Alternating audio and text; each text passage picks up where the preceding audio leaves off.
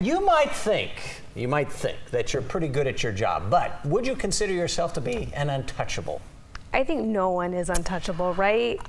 There's a few professional in athletes our field, who might what? be Like untouchable. Diane Sawyer, maybe? Diane Sawyer might be, okay. yeah. All right, so untouchable meaning that you're so good that your boss won't even give you a hard time. Is it possible? Can we do that?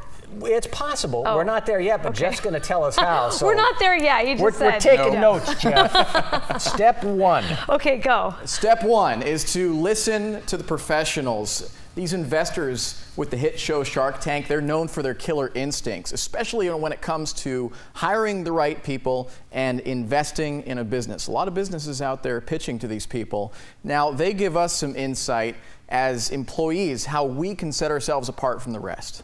A problem solver who will figure it out first, and if they can't figure it out, come to you with, I haven't been able to figure it out, but these are 3 or 4 options that I'm thinking about.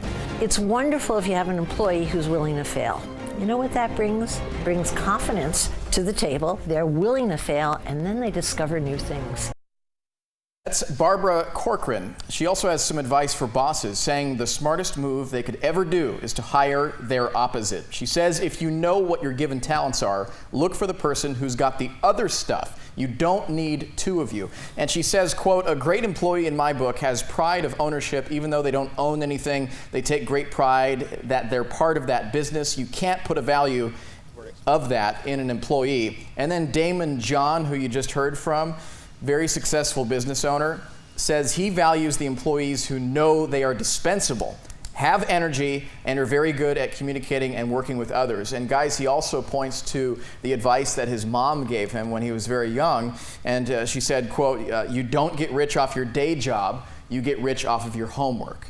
Which means that your day job is fine, it pays the bills, but you are working for someone else's dream. If you have your own dream in mind, your own business, set aside an hour out of your day when you're not at your day job to invest time in that business. And if you spend months, years working on that, eventually it can materialize and you can be an entrepreneur. You have to have such drive to do that, Jeff. I completely agree, but after you're working your full week, to go home and work on something else, you have to have a lot of commitment and drive. Discipline. And discipline, absolutely. Especially when you have a family. Yeah, great advice, Jeff. Thank you. Sure.